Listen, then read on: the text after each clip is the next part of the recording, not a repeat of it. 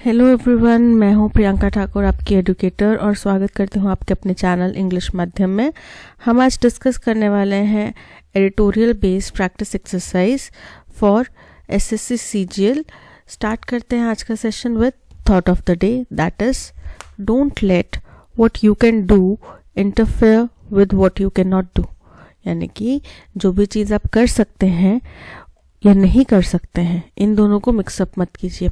होता है ना, कई बार बच्चे अफसोस करने बैठ जाते हैं कि यार मैं वो नहीं कर पाया, मेरा वो इच्छा थी, मैं ये काम नहीं कर पाया, मेरे को आईएएस का एग्ज़ाम देना था, मैं नहीं दे पाया, या कुछ भी आपकी जो भी इच्छा थी आप वो नहीं कर पाया। मैं इंजीनियरिंग करना चाहता था, मेरे पेरेंट्स के पास में नहीं था इतना पैसा, वो नहीं करवा पाए। छोड़ो उसको, जो चीज़ हो गई हो गई। अब आपने जो भी ग्रेजुएशन करी है उसके बेसिस पे आप कोई कंपटीशन फाइट करना चाहते हो तो आप उसके ऊपर फोकस करो, ठीक है। और आप कर सकते हो, आपके अंदर इतनी काबिलियत है कि आप वो चीज़ें कर सकते हो। बट अगर आप जो नहीं कर पाया उसको, वो काश वाली जो स्थिति है ना, उसको मिक्सअप नहीं करो तो, ठीक है। चलिए स्टार्ट करते हैं। Reading comprehension and practice exercise for SSC CGL 2024। Doctors must not fear prosecution unless gross negligence is proven। यानी कि डॉक्टर्स को must not, डरना नहीं चाहिए, must not fear, उनको prosecution यानी कि कार्रवाई, मुकदमेबाजी से का डर नहीं होना चाहिए जब तक कि ग्रॉस यानी कि घोर नेग्लिजेंस का, लापरवाही का कोई केस ना हो, साबित ना हो जाए, इस प्रूवन, जब तक वो साबित ना हो जाए। अब एक्चुअली में मेडिकल नेग्लिजेंस जो है वो क्रिमिनल केस के अंदर में नहीं आती है, बट फिर भी उसके ऊपर प्रोसीडिंग हो सकती है, कार्रवाई हो सकती है, ठीक है। तो उसी के ऊपर नया जो लॉ बना है, न्याय संहिता, तो उसके अंतर्गत कुछ चेंजेस किए गए हैं, उसी के ऊपर हम चर्चा करने वाले हैं। The proverbial slip between the cup and lip is in evidence when the Union Home Minister's assurance। proverb क्या होता है? जो फेमस होता है, बहुत ज़्यादा बोल रहे हैं, जो बहुत ज़्यादा प्रसिद्ध एक मुहावरा है, slip between the cup and lip. यानी कि आप एक समझो कि आप चाय का प्याला आपके हाथ में है, आपके हाथ से होंठ तक पहुंच गया, बट होंठ से छूने से जस्ट पहले वो आपसे स्लिप हो गया। दैट मीन्स एकदम अंत स्थिति में आके कोई चीज़, कोई कार्य जो है खराब हो जाना, उसको बोल जाता है slip between the cup and lip. यानी कि कप का होंठ से लगने का ही देर थी, पर उतने में ही कप स्लिप हो गया, ठीक है। तो उस परिस्थिति, वैसी परिस्थिति यहाँ पे विदित हुई, देखी गई, एविडेंस मतलब कि देखी गई, सामने आई। और कहाँ सामने आई? जब यूनियन होम मिनिस्टर ने एश्योरेंस यानी कि आश्वासन दिया, on the floor of Lok Sabha was at variance with the actual amendment on punishment. जब उनका जो आश्वासन था, जो कि उन्होंने लोकसभा के पट पर रखा, किसके, वो विविध था। वेरिएंस मतलब विविध था, अलग था। किससे अलग था? जो एक्चुअल में अमेंडमेंट आया है सजा के ऊपर। किसकी सजा के ऊपर? पनिशमेंट मतलब सजा, for doctors in cases of death due to negligence. Doctors के ऊपर कौन से केसेस में? उन केसेस में जहाँ पे मेडिकल नेग्लिजेंस सामने आए, उन केसेस में डॉक्टर्स के ऊपर जो सज़ा का प्रावधान है, उसके ऊपर जो एक्चुअल बिल पास हुआ है, संशोधन लाया गया है उसमें, और जो यूनियन होम मिनिस्टर ने आश्वासन दिया था कि डॉक्टर्स को डरने की जरूरत नहीं है, उनके ऊपर कोई ऐसी कार्रवाई नहीं करेंगे। इन दोनों चीज़ों में कथनी और करनी में अंतर है, डिफरेंस है। और जो कहावत है कि बात बनते बनते बिगड़ जाना, या फिर कप का होंठ तक आते कर स्लिप हो जाना, वो यहाँ पे साफ दिखाई देती है। अमित शाह इनिशियली सेड, उन्होंने शुरुआत में कहा, if someone died due to medical negligence by doctors it was treated as culpable homicide not amounting to murder. बोल रहे हैं कि उन्होंने कहा कि अगर कोई भी मेडिकल नेग्लिजेंस यानी कि अनदेखी की वजह से, डॉक्टर की अनदेखी की वजह से कोई भी मृत्यु होती है किसी भी व्यक्ति की, तो इस केस को, ये जो मुकदमा है, केस है, उसको दोषी हत्या के दोषी के रूप में पाया जाएगा, मर्डर के रूप में नहीं, कि उन्हें मर्डर करा है किसी का, उसके रूप में नहीं माना जाएगा, बस एक डेथ के रूप में माना जाएगा कि हाँ सजा प्रावधान वाली या फिर एक डेथ हो गई है। I am bringing an amendment today, उन्होंने कहा मैं आज एक संशोधन लेकर आया हूँ। Doctors have been exempted from punishment under this section. बोल रहे हैं इस सेक्शन के अंतर्गत में जो डॉक्टर्स हैं वो एग्जेम्प्ट मतलब छूट मिलना, तो उनको छूट दी गई थी पनिशमेंट से। The Indian Medical association IMA had requested us for the exemption, और ये छूट थी जो कि IMA इंडियन मेडिकल एसोसिएशन ने उनसे सरकार से मांगी थी। ठीक है, उनको कहा था कि आप हमें इस चीज में एग्जेम्पशन दो, डॉक्टर से हो जाती है गलती या फिर मेडिकल नेग्लिजेंस अगर साबित नहीं हो तब तक उनके ऊपर सजा नहीं होनी चाहिए। The amended भारतीय Nyaya second Sanhita bill 2023 passed since, however, did not provide that blanket exemption to doctors।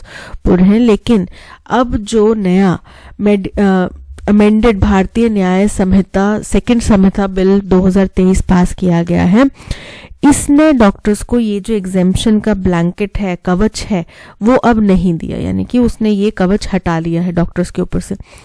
Instead बल्कि क्या हुआ है, the amended section 106(1) specifies that registered medical practitioner shall be punished with imprisonment। बोल रहे हैं बजाय कि अब क्या हुआ है, जो अमेंडेड सेक्शन 106(1) लाया गया है उसमें ये साफ कर दिया गया, स्पेसिफाइज मतलब साफ स्पष्ट किया गया है कि कोई भी रजिस्टर्ड मेडिकल प्रैक्टिशनर है उसको सजा हो सकती है, shall be punished with imprisonment, jail के जो सजा हो सकती है कितने की, up to 2 years and a fine, यानी कि 2 साल की सजा का प्रावधान और साथ ही साथ फाइन का प्रावधान लाया गया है। In effect the punishment for doctors as specified under section 304A of Indian Penal Code that the BNSS replaces has been retained।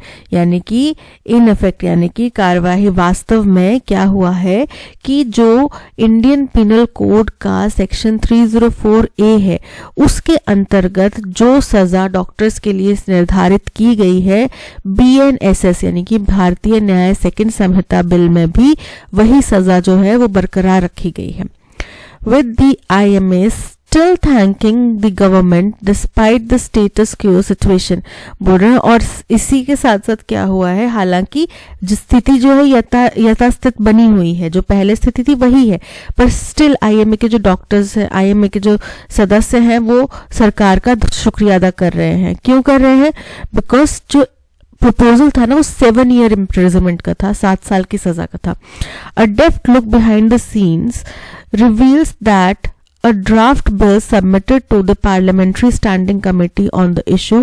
बोल रहे हैं कि अगर हम बहुत बारीकी से, डेफ्ट मतलब कुशलता से, कुशलता मीन्स बारीकी से अगर इसका गहन अध्ययन करें, बिहाइंड द सीन्स यानी कि शुरुआत से इस बिल को अगर हम समझें तो समझ में आता है कि जो ड्राफ्ट बिल था, आपको पता है पहले एक ड्राफ्ट जाता है, फिर उसको पार्लियामेंट्री स्टैंडिंग कमेटी जो है उसको संशोधन करती है, उसमें कुछ फेरबदल करती है, फिर उस ड्राफ्ट के ऊपर जिससे रिलेटेड, जिस संस्था से रिलेटेड, जिस प्रोजेक्ट से रिलेटेड वो काम है उनके साथ विचार विमर्श किया जाता है कि देखो हम तो ये प्रावधान ला रहे हैं, आप अपनी राय बताओ हमें इसमें, ठीक है, या आपकी तरफ से क्या ये सही है या नहीं है, ठीक है, वो किया जाता है। फिर बातचीत होती है, राउंड ऑफ टॉक्स चलते हैं कई सारे, फिर उसके बाद में जाके एक अमेंडमेंट का जो पूरा बिल का पोजीशन है वो तैयार होती है, फिर उसको सदन पे रखा जाता है, फिर वो वोटिंग के जरिए पास होता है, फिर अपर हाउस में जाता है, फिर वहां पे पास होता है, फिर राष्ट्रपति साइन करते हैं और फिर उसके बाद वो बिल जो है एक नियम बन जाता है। तो बोल रहे हैं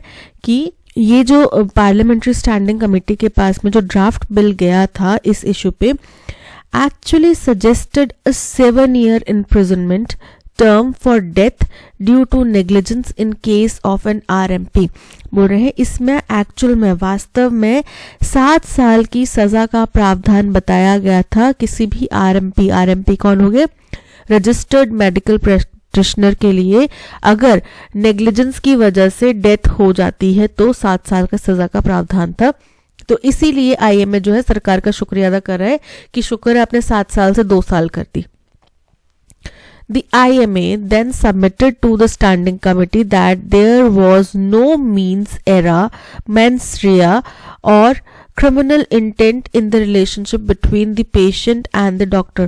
बोल रहे हैं फिर IMA ने सलाह दी पार्लियामेंट्री स्टैंडिंग कमेटी को कि देखो मेंस रिया का मतलब होता है आपराधिक मानसिकता, तो बोल रहे हैं एक पेशेंट और एक डॉक्टर के बीच में कोई आपराधिक मानसिकता, कोई क्रिमिनल इंटेंट, कोई पर्सनल दुश्मनी तो होती नहीं है ना।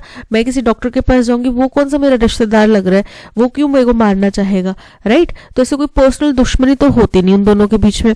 And thus the increased punishment was not justified। इसीलिए अगर मान लो किसी पेशेंट की डेथ हो जाती है तो ये तो है नहीं कि डॉक्टर ने पर्पसफुली उसका मर्डर करा है, वो बाय मिस्टेक किसी भी कारण वजह से कहीं पे भी चूक हो गई। कई दफ़ा ऐसा होता है कि पेशेंट्स भी डॉक्टर को पूरी डिटेल नहीं बताते। अब अपने जाते हैं कभी भी डॉक्टर के पास में और वहाँ पे हॉस्पिटल में एडमिट होने के लिए अगर वो हमें बोलते हैं तो हमसे पूछते हैं ना किसी तरह की दवाई की एलर्जी तो नहीं है। इनफैक्ट डॉक्टर जो है अपना मेडिकल प्रिस्क्रिप्शन लिखते वक्त भी ये चीज़ पूछते हैं कि भाई किसी दवाई से एलर्जी तो नहीं है आपको। हम बताते हैं, अगर हमें पता होगा तो हम बता देंगे कि हाँ जी पर्टिकुलर सॉल्ट से मुझे एलर्जी है। अगर हमें नहीं पता होगा तो हम बोल देंगे कि अभी तक तो हुई नहीं, आगे अगर डेवलप हो जाती है तो we are not sure. Obviously बात है ना। तो बोल रहे हैं कि पर्सनल कोई दुश्मनी तो है नहीं उनकी कि वो जान के उस पेशेंट को मारना चाहेंगे।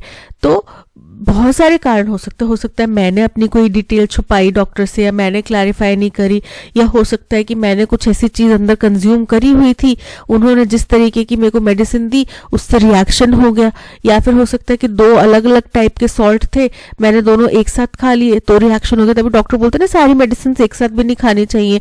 अगर मान लो रात के टाइम की आपकी मेडिसिन है तो 15 to 20 मिनट्स का गैप रख के आपको मेडिसिन खानी चाहिए ऐसा डॉक्टर। पर हम क्या करते हैं, हम सारी हाथ में एक साथ खोली, मुंह में डाली, पानी से गटकी और फिर सो गए, यही करते।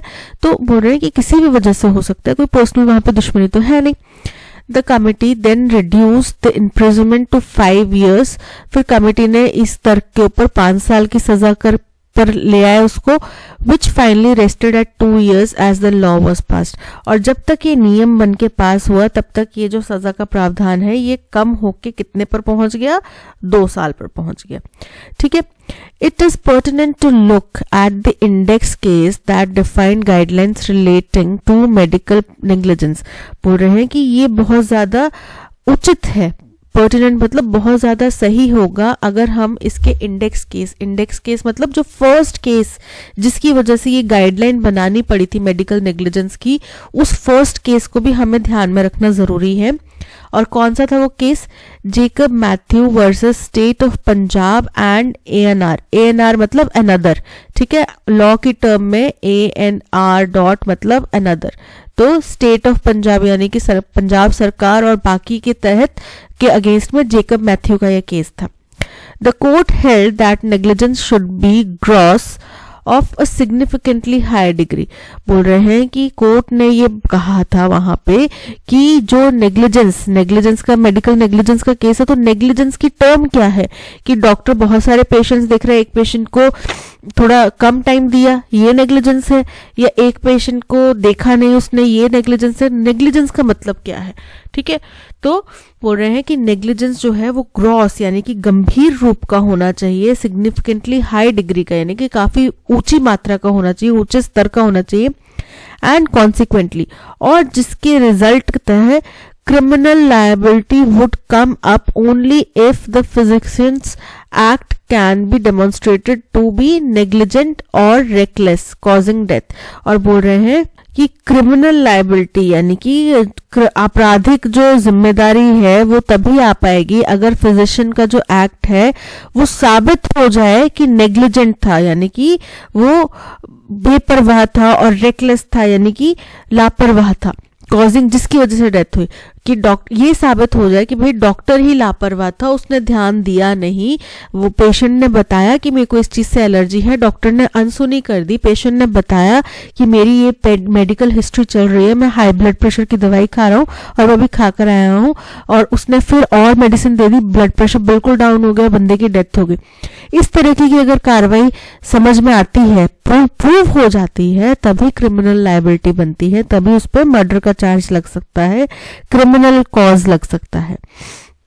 Even during prosecution at various levels, the weight is on the opinion of a similarly qualified expert on whether negligence on the part of the doctor led to death। बोल रहे हैं कि अगर कार्रवाई भी होगी, ठीक है, मुकदमेबाजी भी होगी, उस दौरान पे भी अलग अलग लेवल्स पे ये जांचना कि क्या मेडिकल नेग्लिजेंस वाकई में हुई है, ये भी उसी के लेवल के, उसी स्तर के एक एक्सपर्ट के काम होगा। जाहिर सी बात है, मैं और आप जाके तो नहीं बता सकते कि हाँ जी डॉक्टर ने कहाँ पे लापरवाही करी है। हमें मेडिकल की टर्म्स नहीं पता, हमें उनके रूल्स, कोड ऑफ कंडक्ट हमें कुछ नहीं पता, ठीक है। तो हम कैसे जाके उसके ऊपर अपना ओपिनियन दे सकते हैं? हम तो फिर एक व्यक्ति के तौर पे जो हमें मोटे मोटे चीजें दिख रही होंगी, हम उसी तौर पे अपना ओपिनियन दे पाएंगे, या फिर अपने पर्सनल बिलीफ के तौर पे। बट यहाँ पे एक क्वालिफाइड एक्सपर्ट जो बैठाया जाएगा वो भी डॉक्टर ही होगा कोई, राइट। तो उसी के ऊपर जिम्मेदारी है कि डॉक्टर ने गलती करी है नहीं करी है, उनके ऊपर प्रोसिक्यूशन कराना चाहिए नहीं कराना चाहिए, उनको सजा होनी चाहिए, ये जांचने का काम भी डॉक्टर का ही है, कोई क्वालिफाइड डॉक्टर का। तो बोल रहे हैं while it may be argued that doctors thus enjoy adequate protection under the law in the execution of their duties, बोल रहे हैं तो इसलिए कई लोग ये तर्क दे सकते हैं कि डॉक्टर्स को वैसे ही बड़ा सारा बचाव मिलता है, प्रोटेक्शन मिलती है कानून के तहत, जब वो अपने कार्य को, ड्यूटीज का निर्वाहन कर रहे हो उस टाइम पे। The reality is that the incidence of violence against medical professional is indeed increasing. लेकिन हकीकत ये है कि अब हम ऐसे दौर में हैं जब मेडिकल प्रोफेशनल्स के अगेंस्ट में वायलेंस की घटनाएं बढ़ चुकी हैं। To offer doctors refuge from fear of assault, तो डॉक्टर्स को ये जो डर का एक और कि उनके अंदर मन में जो डर है कि यार हमने कुछ भी किया हमारे को लोग मारने आ जाएंगे या हमारे ऊपर भी आक्रमण हो सकता है, इस डर से उनको एक पनाह देना, रेफ्यूज देना while discharging their duty, जो कि उनको अपनी ड्यूटीज निभाते टाइम होता है, and to ensure that any decision made is not clouded or impaired from such fear is important. और ये मेक श्योर करना, ये सुनिश्चित करना कि जो भी डॉक्टर्स होंगे क्वालिफाइड, जो एक्सपर्ट की यहाँ पे बात की जा रही थी, सिमिलरली क्वालिफाइड एक्सपर्ट ये जो होंगे, इनके ऊपर भी ऐसे किसी डर का प्रभाव ना हो, इनके फैसले के ऊपर ऐसे किसी डर का प्रभाव ना हो, ऐसे किसी डर का पर्दा ना हो, ये सुनिश्चित करना भी बहुत जरूरी है। No one is above the law, कानून से ऊपर कोई भी नहीं है, but any attempt to demonize doctors for deaths that occur may cause them to hold back, बोल रहे हैं लेकिन कोई भी ऐसी कोशिश जिसके तहत डॉक्टर्स को हम डीमन का नाम दे दें कि ये तो शैतान है, इन्होंने जानबूझ के पर्पसफुली हमारे प्रियजन को मारा है, इन्होंने ये कर दिया वो कर दिया, ये चीज करने की वजह से डॉक्टर्स अगर अपने आप को होल्ड बैक करेंगे, अपने आप को पीछे खींचेंगे from giving patients the best available care, कि वो क्या करें, पेशेंट को जो भी उनके पास पॉसिबल उपचार है उसका वहां पे इस्तेमाल करें। बेसिकली क्या होता है, डॉक्टर्स भी वहां पे ट्रायल एंड एरर कर कर ही सीखते हैं। उनको भी पहले वो सोचेंगे कि हम ईईजी कर देंगे, ईईजी में कुछ नहीं आया तो फिर वो ईसीजी करेंगे, ठीक है, फिर ईसीजी में कुछ नहीं आया तो कुछ और एमआरआई स्कैन करेंगे। वो क्यों करते हैं ऐसे? क्योंकि उनको श्योरिटी मेडिकल की, हमारे शरीर के अंदर की संरचना की उनको कैसे पता चलेगी कि हाँ कहाँ पे दिक्कत आ रही है। सिर्फ सुन के तो कोई नहीं बता सकता कि अच्छा मैंने बोल दिया मुझे उल्टी आ रही है, मुझे खांसी आ रही है, तो उससे तो कोई नहीं बता सकता। वो अंदर जांच करेंगे मेडिसिन के तभी पता चलेगा। तो कहीं ऐसा ना हो कि वो कुछ ऐसे टेस्ट करने से भी हिचकिचाएं कि अगर हमने ईसीजी मशीन में डाला था एक पेशेंट, तो ईसीजी मशीन में डालने के बाद में उसको शॉर्ट सर्किट लग गया था, अब अगर हमने डाला फिर उस डॉक्टर की उन लोगों ने पिटाई कर दी थी, अब अगर हमने यहाँ पे ईसीजी करने की कोशिश करी और पेशेंट को शॉक लग गया तो ये लोग तो हमारी पिटाई करेंगे, छोड़ो ईसीजी नहीं करेंगे हम। तो ऐसा उनके अंदर डर का माहौल नहीं होना चाहिए जिसकी वजह से वो बेस्ट अवेलेबल केयर जो है वो पेशेंट्स को ना दे सके। That under no circumstances is acceptable, तो ये जो स्थिति है ये किसी भी कीमत पर हमें मान्य नहीं होगी, एक्सेप्टेबल नहीं होगी। आई होप आपको पैसेज क्लियर हो गया होगा। एक बच्चे ने क्वेश्चन किया था कि आप हमें सिर्फ द हिंदू से ही पैसेज पढ़ाया करो ताकि हमें पढ़ना आसान हो। तो आपको इसकी पीडीएफ जो है, पूरे पैसेज की पीडीएफ, पूरा पैसेज लिखा हुआ आपको टेलीग्राम चैनल पे मिल जाएगा, तो आप वहां से इसको कवर अप कर सकते हो, ठीक है। टेलीग्राम चैनल अगर नहीं ज्वाइन करा है तो लिंक आपको डिस्क्रिप्शन बॉक्स में दिया गया है, उसको आप एक बार देख लो, गो थ्रू कर लो, आपको आराम से समझ में आ जाएगा। इसके अलावा और भी काफी सारी चीजें आपको टेलीग्राम चैनल पे मिल जाती हैं, तो आपको अगर नहीं समझ में आया तो आप हमारे हेल्पलाइन नंबर पर भी कॉल करके जानकारी ले सकते हो कि आपको कंटेंट कैसे एक्सेस करना है और कैसे पढ़ना है। चलिए स्टार्ट करते हैं क्वेश्चन नंबर 1 से। In the context of the amended भारतीय Nyaya second Sanhita bill 2023 which statement best reflects the changes made to the legal position regarding medical negligence? बोल रहे हैं कि अगर हम भारतीय न्याय सेकंड संहिता बिल 2023 की बात करें तो कौन सी स्टेटमेंट है जो हमारे मेडिकल नेग्लिजेंस के जो रिगार्डिंग लीगल स्टैंस है उसमें परिवर्तन की बात की जा रही है, चेंज की बात कर रही है, उसको दर्शाता है। The bill exempts doctor from any form of punishment. Incorrect है ये कि किसी भी तरीके की सजा से उनको बचा लिया जाता है, ऐसा नहीं है। It replaces the existing laws with a stipulation of 7 years imprisonment. तो 7 years याद करो, सजेस्ट किया गया था पर 7 years का प्रावधान हुआ नहीं है, इनकरेक्ट है। The bill proposes a 2-year imprisonment and a fine for registered medical practitioners found guilty of negligence. Option C is correct कि इस बिल में 2 साल की सजा और फाइन का, जुर्माने का प्रावधान रखा गया है मेडिकल प्रैक्टिशनर्स के लिए अगर वो नेग्लिजेंस के दोषी पाए जाते हैं तो। It increases the punishment under section 304A of the Indian Penal Code for medical negligence. तो इंक्रीज नहीं किया गया है, उतनी ही रखी गई है। यही बोला ना कि डॉक्टर्स तालियां बजा रहे हैं, IMA ने सरकार का शुक्रिया अदा करा है, जबकि सजा उतनी है। पर वो शुक्रिया अदा क्यों करा है? क्योंकि जो सुझाव दिया गया था वो 7 साल की सजा का दिया गया था, फिर उसके बाद में थोड़ी डिस्कशन के बाद में 5 साल की सजा का हुआ प्रावधान, और फिर जब एंड में ये नियम बनकर लॉ बनकर आया तब 2 years की सजा रह गई। ठीक है। According to the passage, what is the significant legal precedent that influences the current understanding of medical negligence in context of Bharatiya Nyaya second Sanhita bill? बोल रहे हैं पैसेज के अनुसार कौन सा ऐसा कारण था जिसकी वजह से हमें ये मेडिकल नेग्लिजेंस का जो प्रावधान है वो लाना पड़ा और भारतीय न्याय सेकंड संहिता बिल में ऐड करना पड़ा। The Indian Medical Association versus Union of India 2010 incorrect है।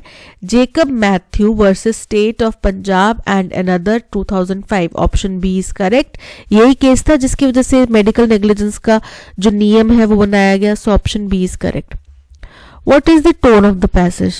अब टोन देखो पैसेज की, आपको टर्म्स यहाँ पे दिखाई दी कि जो उन्होंने भाषण बोला था, जो उन्होंने जुबान दी थी उससे विपरीत बिल आया है। उन्होंने ये चीज बोली, ठीक है। उसके बाद में उन्होंने बोला कि अगर इस तरीके के लॉ डॉक्टर्स को उनकी ड्यूटी करने से रोक देगा, उनके मन में एक डर का माहौल बैठ जाएगा कि अगर हमने कुछ भी किया तो हमारे ऊपर कानूनी कार्रवाई हो सकती है, तो वो जो है वो सही नहीं है। ये जो उनके मन में, डॉक्टर्स के मन में ओपिनियन बन जाएगा वो सही नहीं है, ठीक है, गलत होगा ये काम बिल्कुल ही।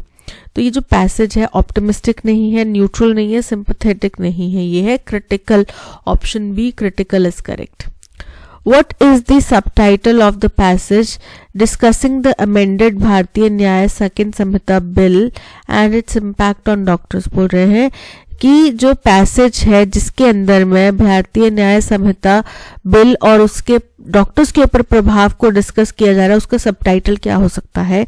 The legal implications of medical negligence. की मेडिकल नेग्लिजेंस की कानूनी कार्रवाई क्या होगी, कानूनी प्रक्रिया क्या होगी? The challenge of medical accountability, की मेडिकल अकाउंटेबिलिटी की आपकी जिम्मेदारी थी, वो जिम्मेदारी कितनी चैलेंजिंग है जानना समझना, सो ये इनकरेक्ट है। Protecting doctors from unjust prosecution, कि डॉक्टर्स को अनजस्ट यानी कि जो फेयर नहीं है, जो सही नहीं है, उस कार्रवाई से बचाना, उस कार्रवाई से प्रोटेक्ट करना। Option C is correct. Legislative changes in medical practice, की मेडिकल प्रैक्टिस में क्या क्या कानूनी बदलाव आए हैं, तो हमने सारे बदलावों के बारे में चर्चा नहीं करी है। अगर हम क्या क्या कानूनी बदलाव की बात करते तो बहुत सारे बदलावों के बारे में बात होती, बट यहाँ पे केवल एक ही चीज के ऊपर डिस्कशन हुआ है, वो है protecting doctors from unjust prosecution. Option C is correct. Based on the passage, what can be inferred about the current legal provisions for medical negligence in India?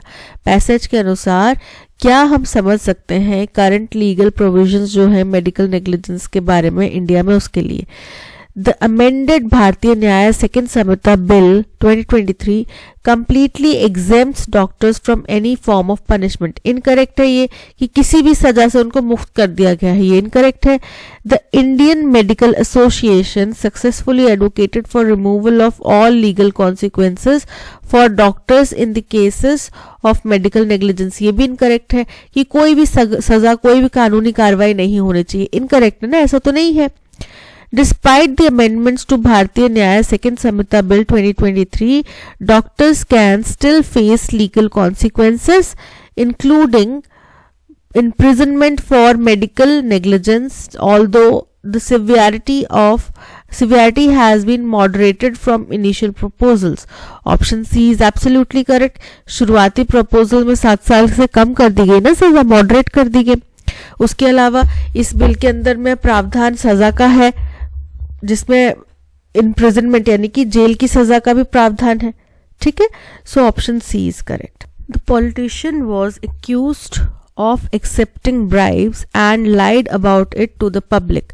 बोल रहे हैं कि जो पॉलिटिशियन है उसके ऊपर आरोप लगा है कि उसने रिश्वत ली है और उसने उसके बारे में झूठ भी बोला है.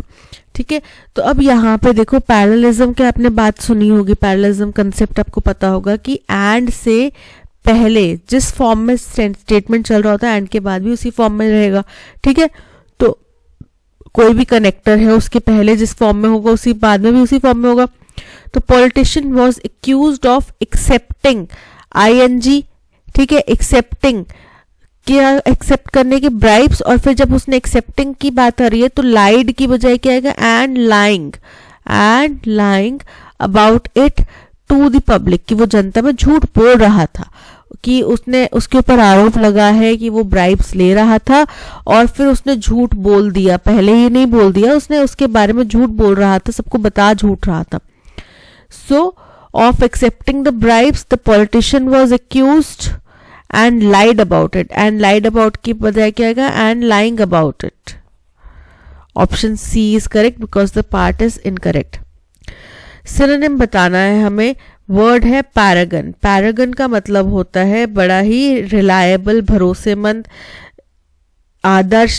ठीक है, बेसिकली एक आइडियल परिस्थिति. अब आप मेरे को बताओ ट्रांजिएंट का मतलब होता है थोड़े समय के लिए, एकदम चलने वाली कोई गतिशील चीज है ना. एसोसिएट का मतलब होता है किसी से का सहयोग करना. और ग्रम्पी मतलब चिड़चिड़ा. तो बचा क्या, एपिटोम का मतलब होता है कि कोई एक ऐसा व्यक्ति जो बिल्कुल ही आदर्श है. बोलते ना he is an epitome of truth, यानी कि वो सत्यवादी है बिल्कुल, वो कभी झूठ नहीं बोलता. या एपिटोम ऑफ लव, वो प्यार का एक देवता है, वो सब जगह प्यार ही बिखेरता है. राइट, तो एपिटोम मीन्स आदर्श, एकदम आइडियल स्थिति. तो पैरागन भी आदर्श आइडियल स्थिति है, एपिटोम भी आदर्श आइडियल है. So option B is correct. Through these experiences, these आ गया मतलब ए फर्स्ट स्टेटमेंट नहीं होगा. ठीक है, दीज का मतलब होता है इन एक्सपीरियंसेस के जरिए. तो इन का मतलब पहले से किसी चीज की चर्चा हो रही है, उन्हीं के बारे में बात करें.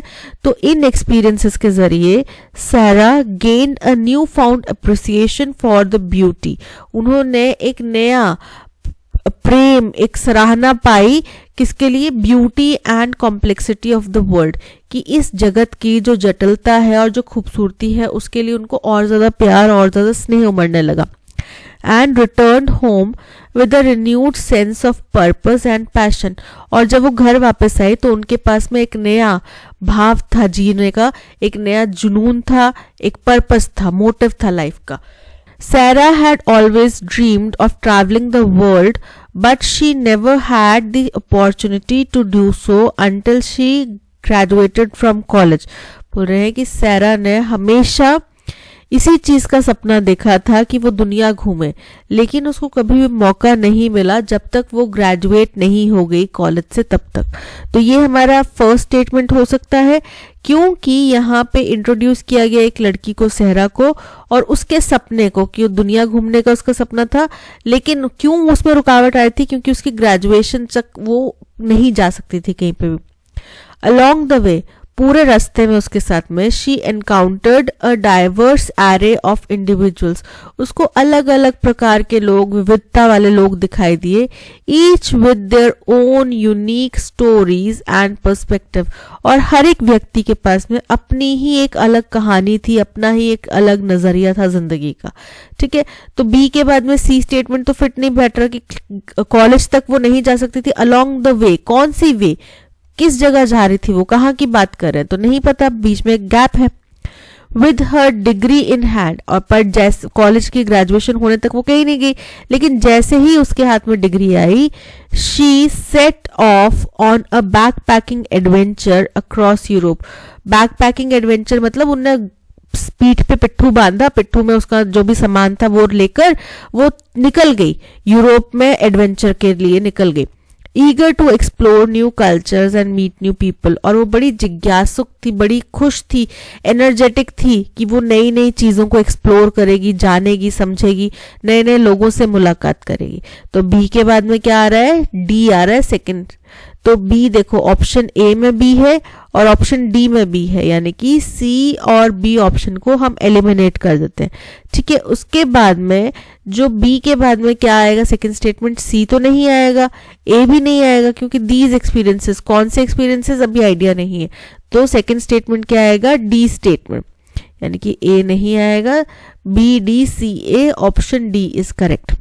The playwright borrowed the dash crux of the plot from Shakespeare, यानी कि जो भी प्ले राइटर था उसने ये जो प्ले था उसमें ये जो प्लॉट था वो उसके जो मुख्य बिंदु थे, क्रक्स मतलब मूल पॉइंट, बेसिक बिंदु जो थे वो शेक्सपियर से लिए गए थे। ठीक है, तो बेसिक बिंदु यानी कि उसका जो मेन एसेंस था वो लिया गया था, उसका जो मेन प्लॉट था, मेन जो कैरेक्टर और जो उसका स्ट्रगल वगैरह ये चीज़ें, आगे कहानी आप किसी भी तरीके से ट्विस्ट एंड टर्न कर सकते हैं, बट जो मेन उसका थीम था वो उसी प्लॉट में से लिया गया था, शेक्सपियर में से लिया गया था। तो क्रक्स को एक और वर्ड क्या बोलते हैं, पील, पील का मतलब होता है छिलका। सब्सिस्टेंस, सब्सिस्टेंस का मतलब होता है जीवन विचारने के लिए, जीवन जीने के लिए जो आपको संसाधन चाहिए होते हैं वो। एसेंस, एसेंस मतलब उसका जिस्ट, उसका बेसिक जो आधार है, सार है, उसको बोल देते हैं एसेंस। ब्लूप्रिंट, ब्लूप्रिंट मतलब नक्शा। तो यहाँ पे option C essence is correct, borrowed the essence of the plot from Shakespeare. An imperfection, a blemish, a crack, हमारी स्किन पे कोई ब्लेमिश आ जाता है हम क्या बोलते हैं, फ्लॉ है, या फिर अगर किसी की बिल्कुल साफ स्किन है तो बोलते हैं फ्लॉलेस स्किन है, किसी ने कोई त्रुटि नहीं करी होती उसके काम में, बोलते हैं ये फ्लॉलेस वर्क है। तो यहाँ पे an imperfection, a blemish, a crack का मतलब है a flaw, option C is correct. Flaunt मतलब दर्शाना, दिखाना, शो ऑफ करना। फ्लेक मतलब धब्बा। फ्ली मतलब जो छोटे छोटे कीड़े होते हैं ना जानवरों के, हमारे डॉग्स वगैरह के आ जाते हैं, वो उनके ब्लड सकिंग जो इंसेक्ट्स होते हैं छोटे से, उनको बोल जाते हैं फ्ली। सो यहाँ पे option D, option C flaw is correct.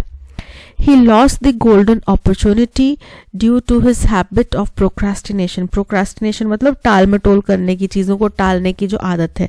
तो चीज़ों को आप कब टालते हैं, जब आप कोई डिसीजन नहीं ले पाते। ठीक है, तभी आप टाल रहे हैं। अगर आपने डिसीजन ले लिया तो आप टालेंगे कैसे उस चीज़ को। तो उन्होंने एक बहुत सुनहरा अवसर खो दिया अपने प्रोक्रास्टिनेशन यानी कि टालने की आदत की वजह से, यानी कि अपनी इनडिसाइसिवनेस की वजह से। Option A is correct. Impulsiveness, impulsiveness मतलब एकदम आवेग में आ जाना, गुस्से में आ जाना। इनक्विजिटिवनेस, इनक्विजिटिव मतलब बहुत ज्यादा सवाल पूछना। सबमिसिवनेस यानी कि जी हजूर दब के रहना, उस वजह से उन्होंने अपॉर्चुनिटी खो दी। तो उन्होंने अपॉर्चुनिटी ना तो इम्पल्सिवनेस, ना इनक्विजिटिवनेस, ना ही सबमिसिवनेस की वजह से खोई, उन्होंने अपॉर्चुनिटी खोई ए इनडिसाइसिवनेस की वजह से। Shyam does not intervene in others affairs. Shyam जो है वो दूसरे के मसले में हस्तक्षेप, इंटरवीन मतलब हस्तक्षेप करना, तो नहीं करता। इसका अप्रोप्रिएट सिनोनिम क्या होगा? स्पीक मतलब बोलना, ट्रबल मतलब परेशानी, हेल्प मतलब मदद करना। बच गया क्या? मेडल। मेडल का मतलब होता है हस्तक्षेप करना, इंटरफेयर करना। So option A medal is correct. The text dash implies to several themes that need closer examination। अब implies का मतलब होता है संकेत करना, इशारा करना, ठीक है। तो जो टेक्स्ट है वो क्या करता है? संकेत करता है बहुत सारी थीम्स के ऊपर जो कि जिनके हमें और ज्यादा बारीकी से अध्ययन करने की जरूरत है। एल्यूड्स का मतलब संकेत करना, डिसीव्स मतलब धोखा देना, एम्बेलिशेस का मतलब होता है साज सजावट जो करते हैं ना वो, और एप्रीहेंड मतलब समझना। तो यहाँ पे क्या है? इम्प्लाइज मतलब इशारा करना और एल्यूड्स मतलब इशारा करना। So option A is correct. According to a report, every day thousands of animals are slaughtered। अब यहाँ पे हमें correct spelling error find out करना है। अकॉर्डिंग की स्पेलिंग करेक्ट है, टू अ रिपोर्ट करेक्ट है, एवरी डे ये भी करेक्ट है, thousands of animals are slaughtered. Slaughtered की स्पेलिंग होते हैं SLAUGHTERED, ठीक है। स्लॉटर्ड ये होते हैं स्लॉटर्ड की स्पेलिंग। तो RED लिखना भूल गया। तो यहाँ पे कहाँ एरर है? थाउजेंड्स ऑफ एनिमल करेक्ट है, आर स्लॉटर्ड ऑप्शन बी में एरर है। स्लॉटर्ड की स्पेलिंग ये होते हैं। Piyush is inexperienced in leather industry. अब इनएक्सपीरियंस्ड का हमें अप्रोप्रिएट ईडियम बताना है। कोई व्यक्ति हो वो नौसिखिया हो, इनएक्सपीरियंस्ड हो। इन ग्रेट हैंड्स नहीं बोलते उसको कि वो तो अच्छे हाथों में है, वो तो होशियार कुशल लोगों के बीच में है या कुशल जगह पे सीख रहा है। अ सोर थंब, हैंग फायर, अ ग्रीन हॉर्न। जब कोई व्यक्ति इनएक्सपीरियंस होता है तो उसको बोल जाता है a greenhorn. Option D is correct. To simplify filing taxes बोल रहे हैं। टू सिंप्लीफाई फिलिंग टैक्सेस यानी कि टैक्सेस को भरना और आसान करना। To a single flat rate, एक सिंगल रेट हो सबके लिए, फ्लैट रेट हो। द करंट 5 रेट्स, जो इस आज की मौजूदा स्थिति में 5 अलग अलग तरीके के रेट हैं, वो एक ही रेट हो। बाय नैरोइंग, सिकोड़ के, कम करके। फोर्ब्स वांटेड, फोर्ब्स कोई व्यक्ति हैं वो चाहते हैं। तो पहली बात आएगी, फोर्ब्स जो व्यक्ति हैं वो चाहते थे, पहला क्या चाहते थे? टू सिंप्लीफाई फाइलिंग टैक्सेस, कि टैक्स भरना जो है वो आसान हो जाए, सिंप्लीफाई हो जाए। कैसे चाहते थे वो ये सिंप्लीफाई हो जाए? बाय नैरोइंग, कि वो सिकोड़ दें। कैसे सिकोड़ दें? जो करंट 5 रेट्स हैं उनको सिकोड़ के एक फ्लैट रेट बना दिया जाए, ठीक है। तो हमारा फर्स्ट है EADCB,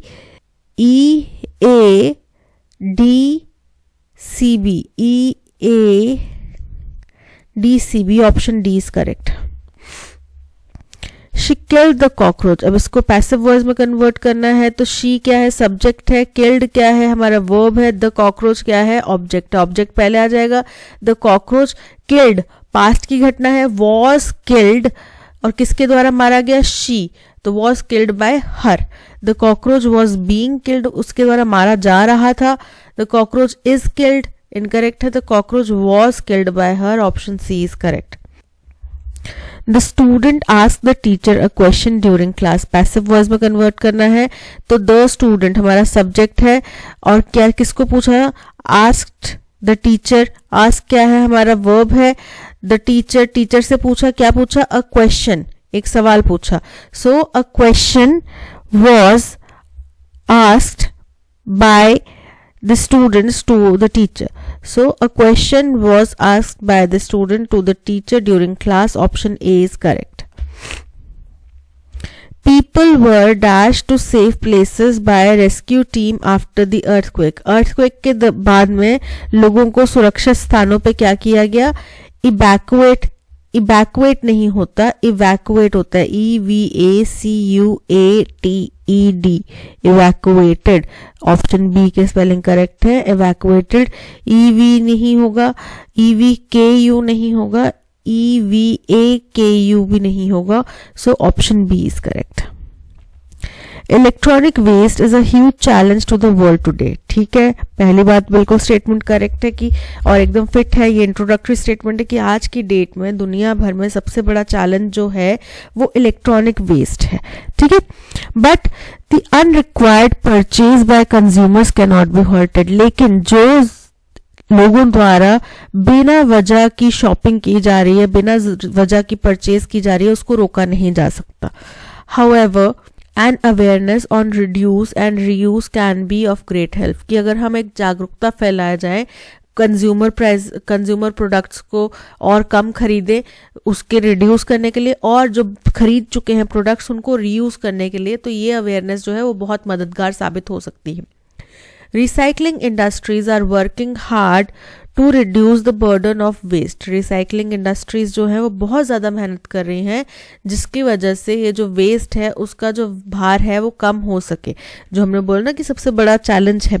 तो देखो ए तो हमारा हो गया फर्स्ट स्टेटमेंट। अब देखो ए फर्स्ट स्टेटमेंट कहाँ है, ऑप्शन बी में, ऑप्शन डी में, यानी कि ऑप्शन ए और ऑप्शन सी को हटा दो। उसके बाद में आएगा कि वेस्ट है बहुत ज़्यादा, फिर उसके बाद में रिसाइकलिंग इंडस्ट्री लगातार काम कर रही है, इस भार को कम करने की कोशिश कर रही है। ये हो गया second point.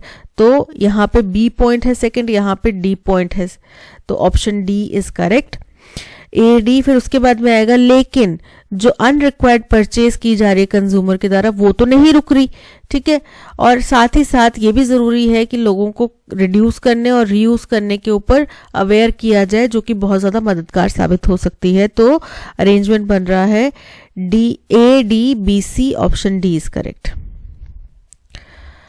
All the housewives who went to Kalpatru supermarket in Bangalore had one great ambition। जितनी भी गृहिणियां कल्पत्रु सुपरमार्केट जो कि बेंगलुरु में स्थित है वहां जाती थी, उनकी एक ही बहुत बड़ी एम्बिशन मकसद होता था, to be the lucky customer who did not have to pay for her dash, कि वो लकी कस्टमर बन जाएं जिनको अपने ग्रोसरी आइटम्स के लिए, अपने कार्ट के आइटम्स के लिए पेमेंट ना करनी पड़े। For this was what that notice just inside the entrance promised, क्योंकि यही जो था वो जो नोटिस था, जैसे ही आप एंट्रेंस से अंदर घुसते थे, मुख्य दरवाजे से अंदर घुसते थे शॉपिंग कॉम्प्लेक्स के अंदर, तो एक नोटिस लगा हुआ था जिसमें यही चीज लिखी गई थी। इट सेड, उसमें लिखा गया था, remember once a week one of our customers gets free goods। उस पर लिखा था कि याद रखो कि हफ्ते में एक बार हमारा एक कोई लकी कस्टमर होएगा जिसको सारी आइटम्स जो है उसकी शॉपिंग कार्ट की वो फ्री मिलेंगी। This may be your dash day, तो लकी डे होगा, क्योंकि लकी कस्टमर की बात की जाए तो लकी डे होगा। For several weeks Mrs Batliwala hoped, बहुत सारे हफ्तों तक मिसेस बाटलीवाला जो है वो उम्मीद करती रही, like many of her friends, बहुत सारे उनके जो बाकी दोस्त थे उन्हीं की तरह से, to be the lucky one हो सकता है, to be the lucky one हो सकता है, टू बी द लकी, हाँ वन ही होगा कि वो विजेता हो जाए, वो लकी हो। अनलाइक हर फ्रेंड्स, लेकिन उनके फ्रेंड्स के विपरीत, she never gave up hope, उनके फ्रेंड्स ने मतलब कि उम्मीद छोड़ दी थी, लेकिन अपने फ्रेंड्स से विपरीत उन्होंने कभी भी उम्मीद नहीं छोड़ी। हर kitchen was full of things that she did not need, जाहिर सी बात है अगर आप रोज जा रहे हैं शॉपिंग करने वहां पे लकी कस्टमर बनने के लिए, तो आपके पास में जरूरत का ज्यादा सामान होगा ही, आप अब अननेसेसरी चीजें खरीद के ला रहे होंगे जिनकी आपको जरूरत नहीं है, वो चीजें आप खरीद के ला रहे होंगे। She dreamed of the day when the manager of the supermarket would approach her and से, वो उस दिन का सपना देखती थी, उस दिन का इंतजार करती थी जिस दिन सुपरमार्केट का जो मैनेजर है वो उसके पास आएगा और कहेगा, madam this is your lucky day, madam आज आपका लकी दिन है, dash in your basket is free, तो आइटम हो सकता है, गुड्स हो सकता है, ग्रोसरी हो सकता है, ठीक है, तो जो भी आपके बास्केट में सामान है वो आज फ्री है। ऑन सैटरडे मॉर्निंग, एक सैटरडे सुबह को क्या हुआ, Mrs Batliwala went to the supermarket, वो सुपरमार्केट गई एंड बॉट ओनली टी, और उनने केवल एक चाय का बैग खरीदा।